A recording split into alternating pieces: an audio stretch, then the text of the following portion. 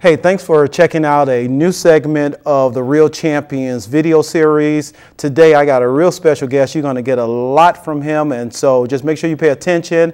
But I'm here today with Ken Barlow. Ken? Yes. Welcome to the show. Thank you. Hey, I just want to start off because, you can tell your story much better than I can. Okay. Tell us your background. I guess my background is my dad was a military guy, career military guy for 20 years. And I grew up kind of traveling around the world, different countries, and also a lot of different states, and doing a lot of different things, going to a lot of different schools, but then ended up settling here after he retired in 1976 and moved to Indiana. I came to Indiana in 76, and I was here, went through middle school and high school, and after that I went on to the University of Notre Dame. And just to kind of give you a quick snippet, I went over to Europe and played professional basketball for 16 years. I think that's the short version of it. And we're going to get into a longer, more expanded version because I definitely want to hear your story. Let's go back to those early years. Talk about the role that basketball played in your life, and then talk about that time when it the light kind of clicked, say, wow, I could do something with this. Okay. Well, I really didn't get introduced to basketball until I moved to Indiana when my dad retired out of service when I was about 11 or 12 years old in the 7th grade. And just kids around the neighborhood, in the parks, at schools, everybody seemed to play basketball. And I just wasn't real familiar with the game because I'd been playing football and boxing. But anyway, as it were, my older brother kind of took me under his wing, and we used to go around and try to play. And it was just difficult for me at first because I was bigger than most kids, for one, and I was inexperienced, for two. And it just became, it was a tough game initially. You know, kids used to ridicule me all the time about being tall and not being able to play. But it didn't discourage me at all because I wanted to prove myself. So I ended up playing 7th and 8th grade, really didn't play much in junior high school other than having a uniform on. And subsequently went on to Cathedral High School and was on the freshman team as a freshman at being 6'5", and probably was the biggest kid in the school, or second biggest kid in school at the time. And then my sophomore year, Cathedral hired a coach, Tom O'Brien, who came in, and I went from the freshman team to the varsity team and took my lumps only because I was 6'7" at the time. And Coach O'Brien just thought that it would be a great experience for me. And I got beat up by a lot of good players around the city, but I gained a lot of confidence, and I gained just the inner strength to say, you know what, I got beat up last year, but maybe I can do this my junior year. So I came back my junior year and had a very successful junior year, even though the team was a little bit over 500, and I had grown a little bit more, probably as tall as I am right now, not quite as big, but I had gained my confidence my junior year, had some good games, played against some good competition. I don't know if back in the day it was Broad Ripple with Jeff Robinson, those guys who were state champs the year before. And John Flowers, a guy from Fort Wayne who I used to play against in the summertime. I gained a lot of confidence playing with a lot of better players. And then my senior year, I came back, I went to some All-American camps between my junior and senior year and kind of played with some guys from around the country, and finally the light really went on. I said, hey, you know, I could really do this. And came back my senior year, and we took Cathedral to the Final Four, which was a place that they had never been in basketball at all, and turned out to be a very good year, and I ended up getting a scholarship to the University of Notre Dame. And I really want to focus on, you know, that early road, the adversity. Talk about how that stick-to-itiveness, or, you know, that, I bet that you had probably plenty of times where you say, man, I'm through with this basketball stuff, but talk about what kept you going. Well, you know, I enjoy sports, period. I like all sports. You know, I can't play them all, but I do like watching sports. I like participating in sports, and basketball was just kind of anything, like I said, here in Indiana.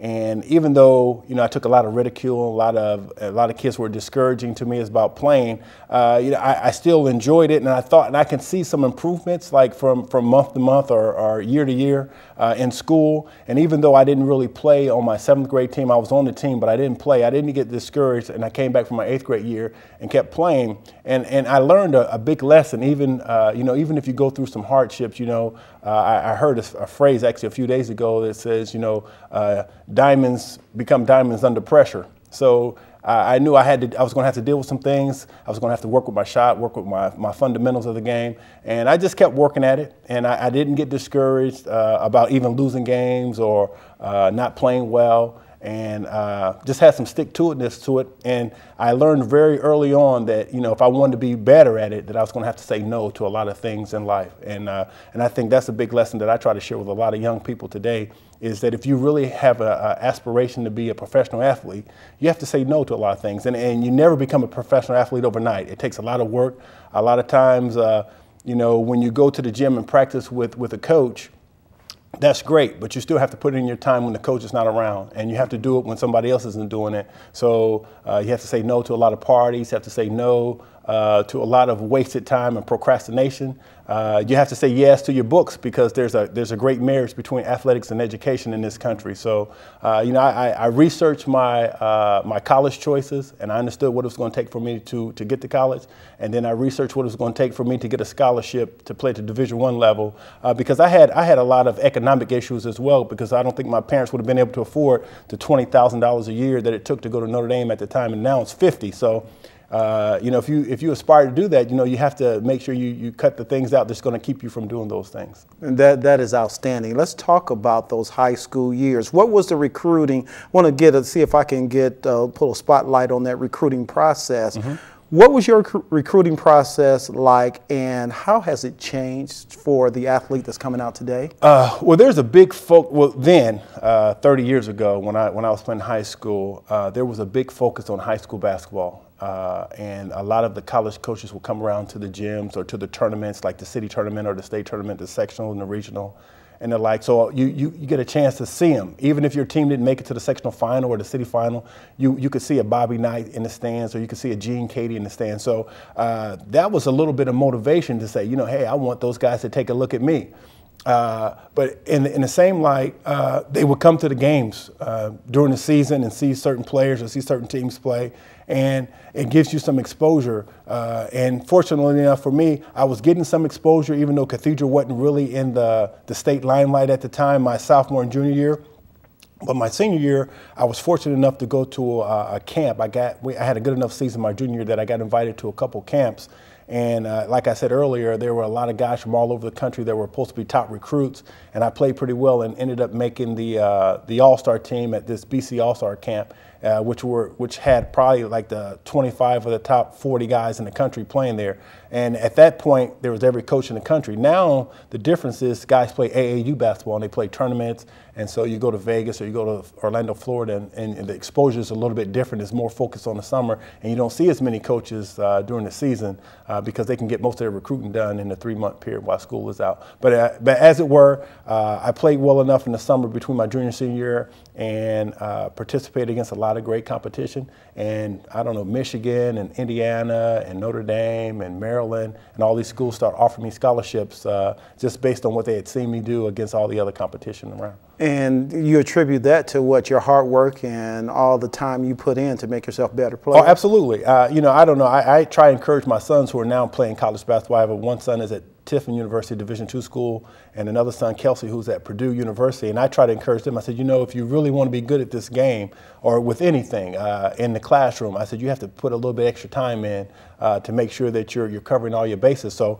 I was telling my son actually this summer, my older son, Keenan, I said, when I was like 12, 13 years old, I used to get up because I didn't have a track to go to, and I would run just down the street like a mile out and run back a mile back. And I was thinking, well, nobody else is going to do this at 6 o'clock in the morning, so I'm going to get it in now, and I'm going to get it in the evening just for my conditioning.